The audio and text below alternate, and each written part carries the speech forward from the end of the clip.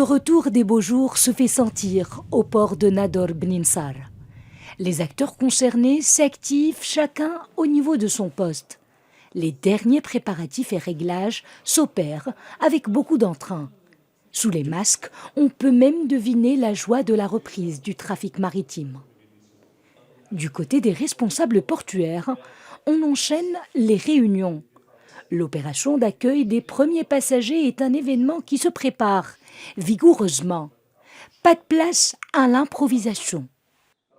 المديرية الجهوية للجمارك فقد قامت باستعدادات اللوجستيكية. La direction régionale des douanes a préparé toute la logistique nécessaire et mobilisé les ressources humaines qui s'activeront pour l'accueil des passagers au niveau du port de Nador.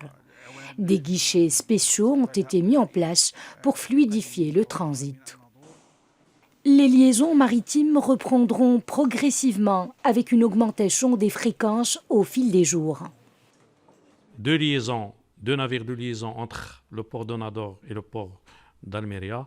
Une liaison par navire 3-4 fois par semaine entre Motril et Nador. Et 2 navires qui vont relier le port de Nador au port de Sète avec deux voyages par semaine. Cette flotte-là qui va augmenter d'ici l'été, Inch'Allah, avec l'opération Marhaba, Inch'Allah. Changement de décor, nous sommes au port de Tangemed.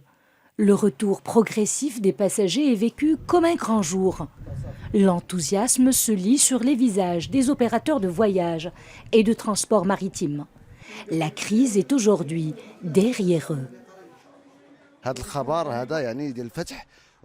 La nouvelle de la réouverture des liaisons maritimes entre le Maroc et l'Espagne a redonné vie aux agences de voyage et aux compagnies de transport maritime.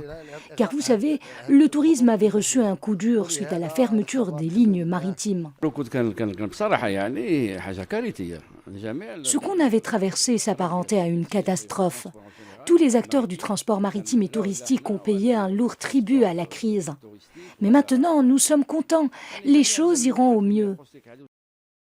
La normalisation de la circulation des personnes et des marchandises est le fruit de la mise en œuvre de la nouvelle feuille de route adoptée par le Maroc et l'Espagne.